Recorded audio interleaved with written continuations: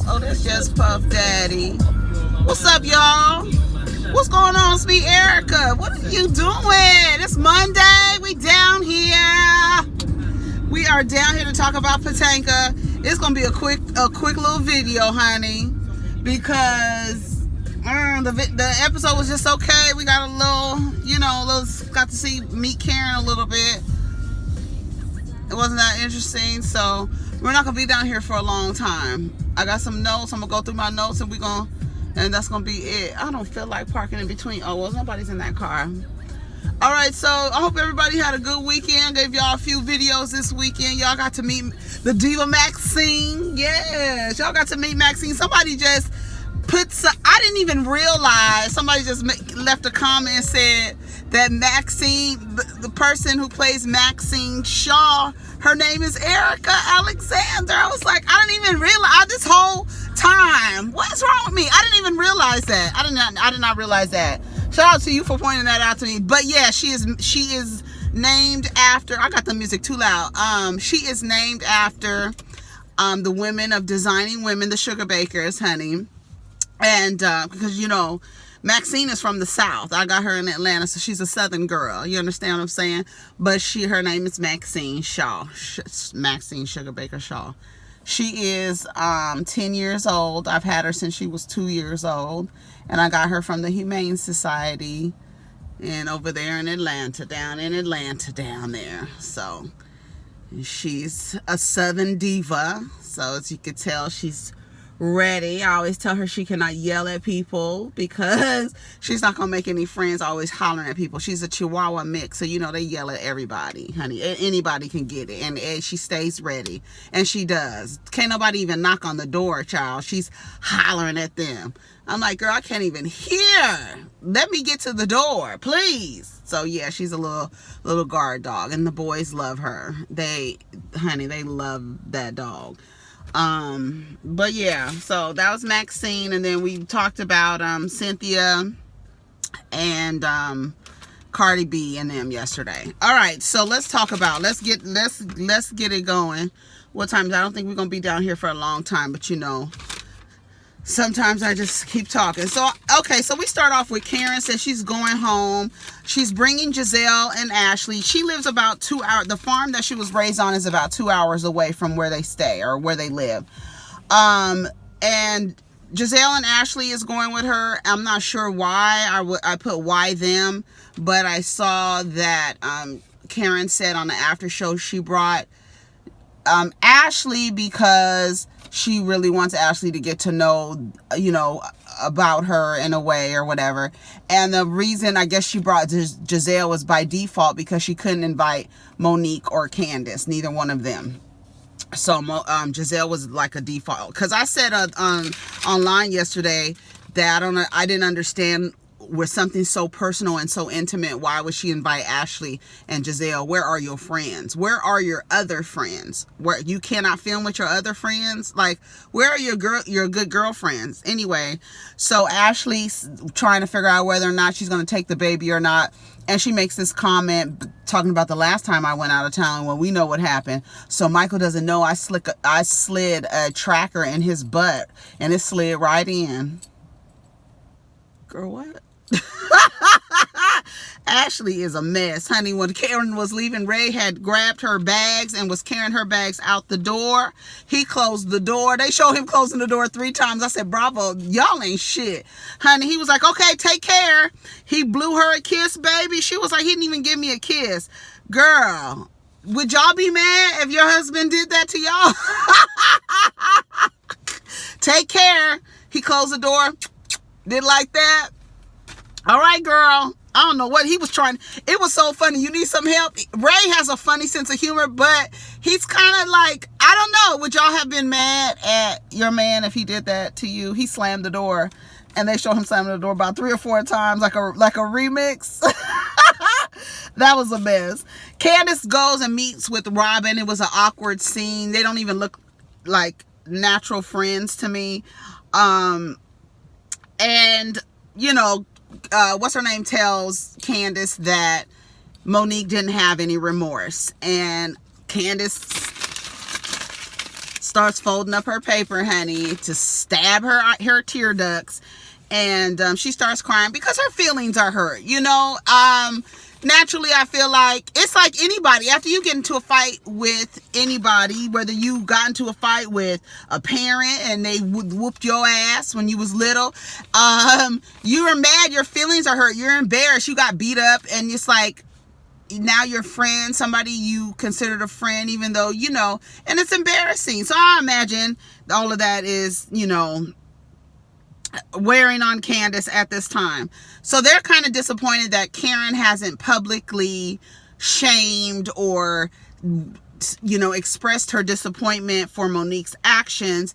However, Candace shares with everybody that the day after, when she talked to Karen told her, I would have pressed charges. I wouldn't. And then I saw the after show and Karen's like, I wouldn't have left. And my wig would have still been on the floor and I would have been laying right next to it. And I would have called the cops that night. And Gizelle said the same thing, as we could see on the, when they are in the car together. What's her name asked her, are you going to press charges? She was like, it's on the table. So we know what happened as it relates to that. That's why I don't really like to know, like, I don't know. I really don't like to know the side things that are going on, only because it takes away from the show. And I guess it because, you know, they had to involve the law. That's the reason why we know early, you know, whatever. But we know both of their charges were dropped. So I guess the judge said neither one of you have enough evidence to press charges, which I've always had an understanding that Bravo, the people who were involved with the Housewives franchise, weren't allowed to sue each other. And because if you think about it, no housewife has ever sued another housewife. There have been other people suing housewives and housewives suing other people, but each other, it never happens. And I don't think that they're allowed to. You see that it keeps changing? What's going on? Maybe it's the white light. It is the white light. Okay, I mean the white paper. It is. Okay. So, Robyn, Candace starts asking Robyn about those taxes, because I guess Robyn said that she had some unreported income and she owes $90,000 in taxes. And now because she owes that money, they kind of bring up the fact that she was making fun of Karen for not knowing about her taxes. Like, it's possible not to have an understanding. I mean, and Robyn says that she was doing her own taxes, and you know, you shouldn't do that, especially if you're dealing with large amounts of money and you're dealing with a bunch of receipts. They know, you know, accountants and CPAs and all them, they know, or people, tax preparers, they know what you need. And so you shouldn't do them by yourself. So, and look what happens, $90,000. And baby Juan was like, that's on you. Did y'all catch that? Anyways, so it was funny the way Candace was trying to ask Robyn. She was like, they said it's like 90,000. She was like, cause honey, you know, you can't say nothing to you hoes, cause anything, y'all might hit somebody, y'all might fight somebody for saying something to you, so I need to tread lightly, girl. That's basically, Candace was like,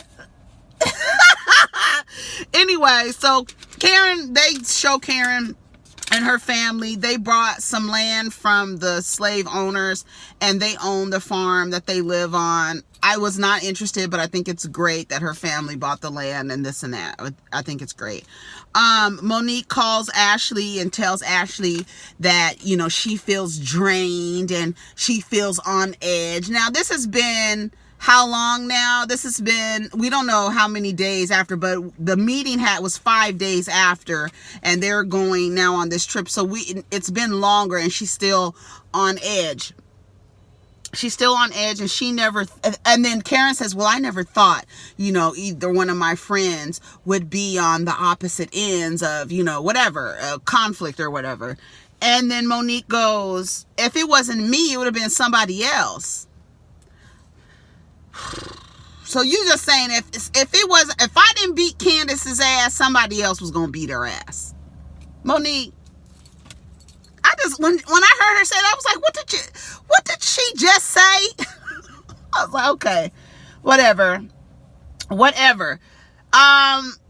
to me, that was just another way to justify your actions. Like, she was going to get it from somebody. So, it's another way to say it was her behavior and it wasn't you. But later we see what happens later. So Gizelle, they're in the parking lot, and Gizelle said, you know what? I would have pressed charges that night. It wouldn't have been none of this. It wouldn't have been none of this. Gizelle seemed like she was really upset, but we know what Gizelle really is, just really great that this is happening because Gizelle doesn't like Monique. So Karen took sides that night. To me, I feel like Karen took sides that day. That's what I mean. When she said, I did tell Candace that I would have pressed charges. And here comes Ashley's face talking about, does Monique know? Well, Monique, I'm not sure she knows, but I'm going to let her know. Yeah, girl. That's what happens. Somebody was saying an analogy of sitting on the fence is you split your ass open sitting on the fence. Here it is. Would you guys be upset if two of your girlfriends in your friend group got into a fight and another one of your friends told one of them to press charges? How would you feel about that?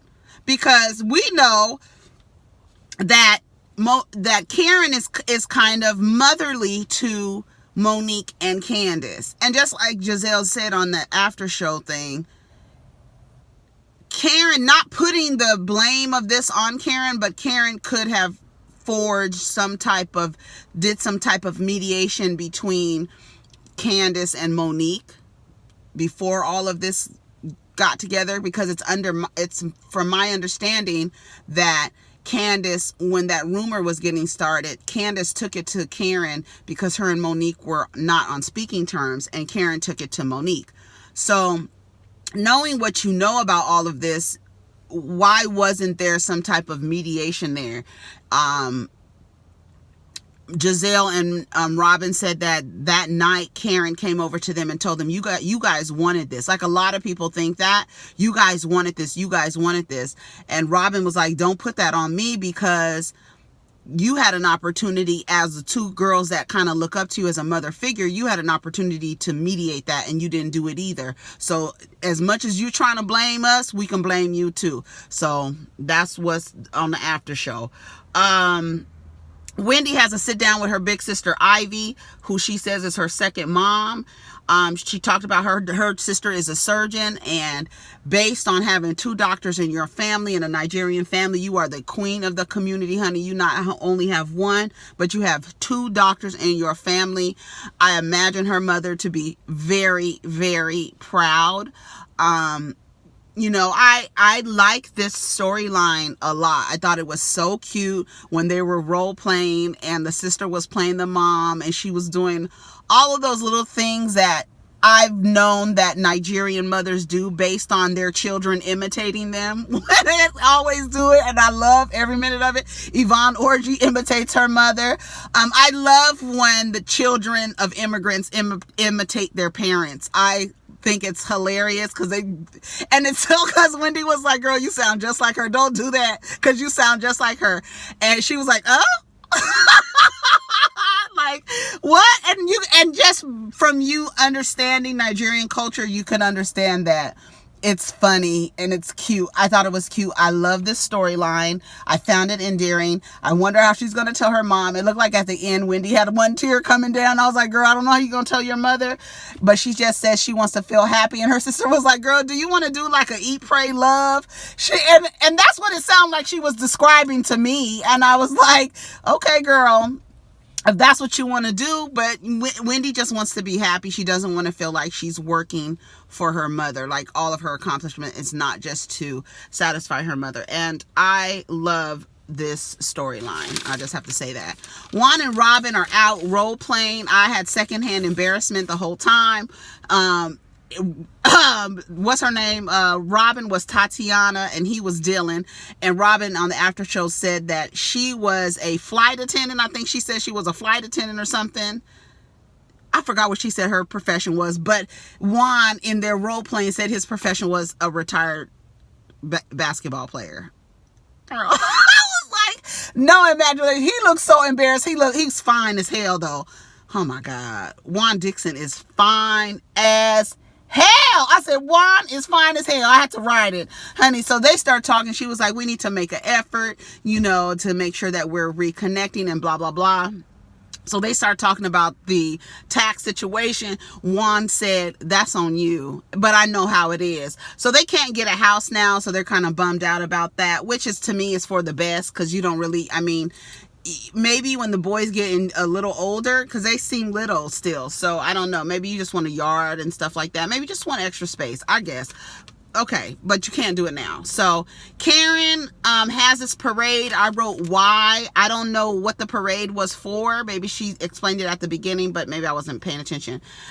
She starts crying about her parents. And I wrote here, too intimate with Ashley and Gizelle. It makes no sense to me.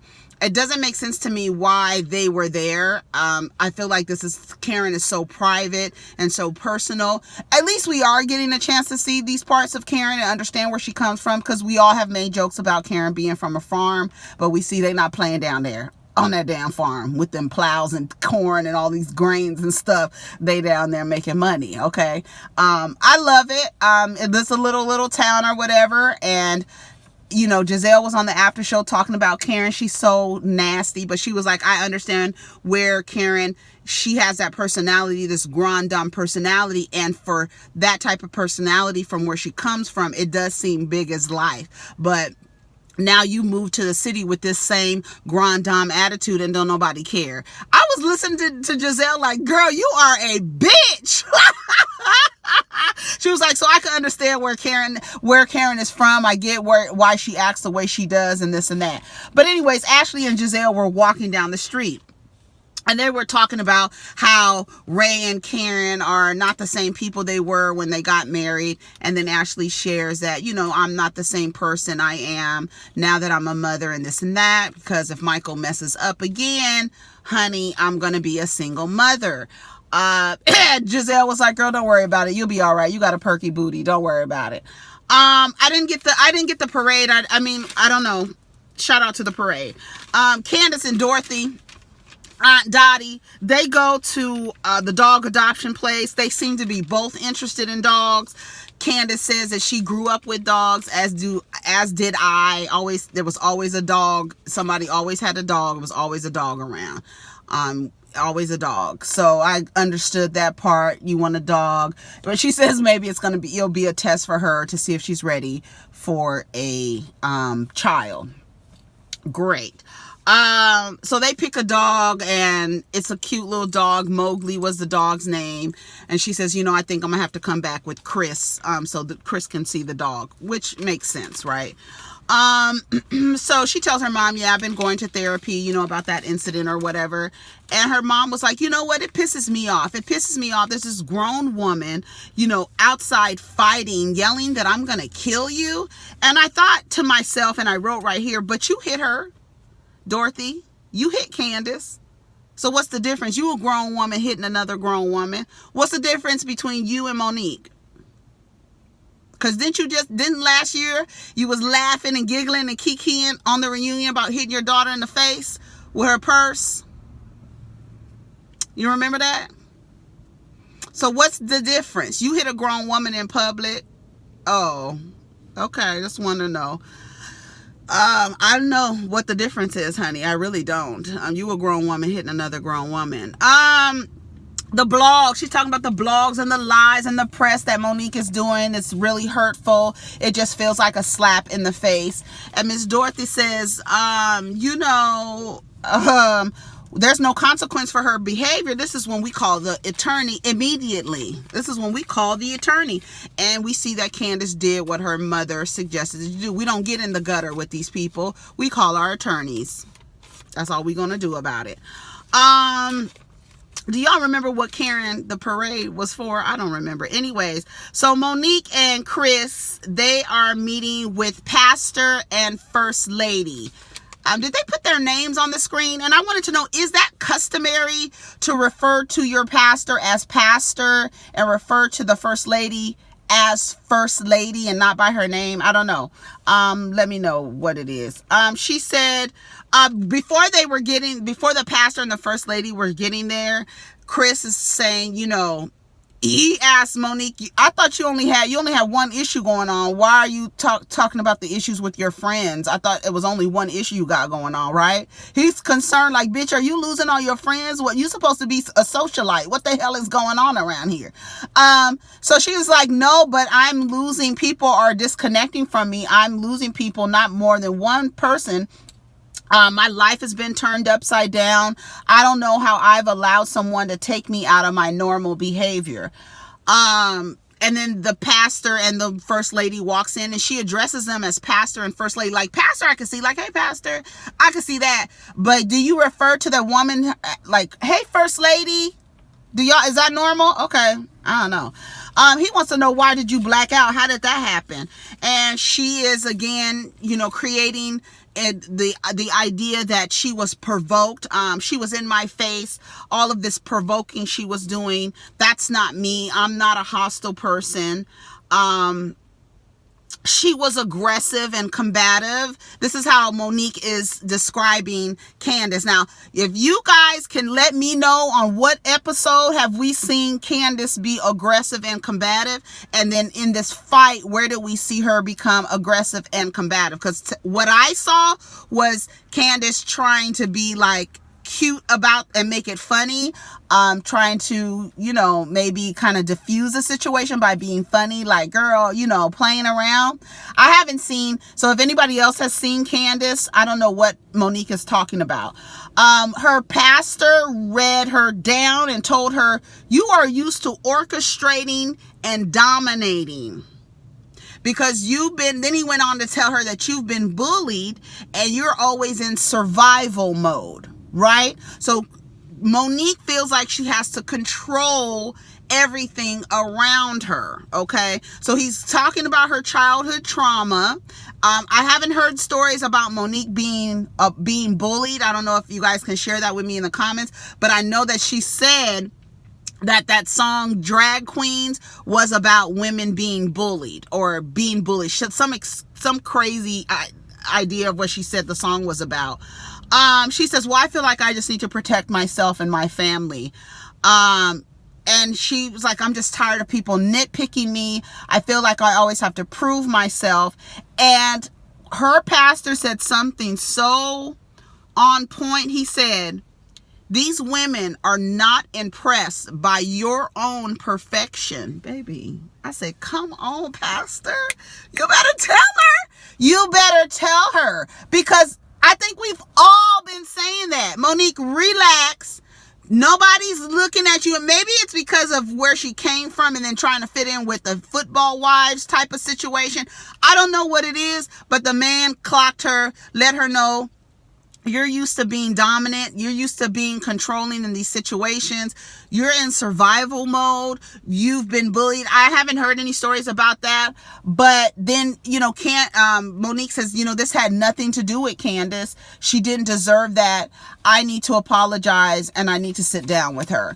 And apparently the way the timeline goes is when she reaches out to a producer to tell the producer that she wants to sit down with Candace, that same day she gets an email from Candace's lawyer about, proceeding with pressing charges. So she could not sit down with her, is what Monique said. So what do you guys think about that episode? Would you be mad if one of your friends suggested to another one of your friends that to press charges on her after you guys got into a fight? Would you be upset about that?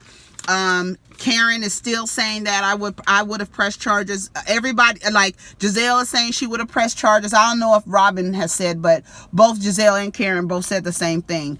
And then what do you think about Monique's display of, actually maybe realizing that, I messed up. She didn't deserve all of that. Do you think that Monique was, putting on a performance for her pastor? Or do you feel like her sentiments were genuine and sincere?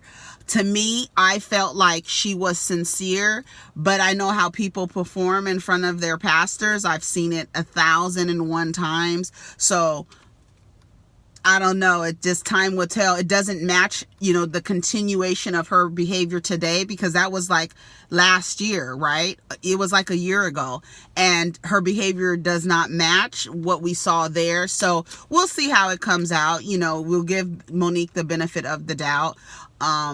You know, she said that she didn't deserve that, and we all agree that Candace did not deserve all of that, whatever it was that Monique was unleashing on her. So all the people making excuses for Monique and trying to inject that Candace is this bad, loud, big mouth, in your face person, which we haven't seen that behavior that Monique is trying to say. You know, I don't know, we haven't seen it. So if you guys can let me know what episode Candace was on, being aggressive and combative, I would just put it in the comments and let me know what episode it was that she was doing that.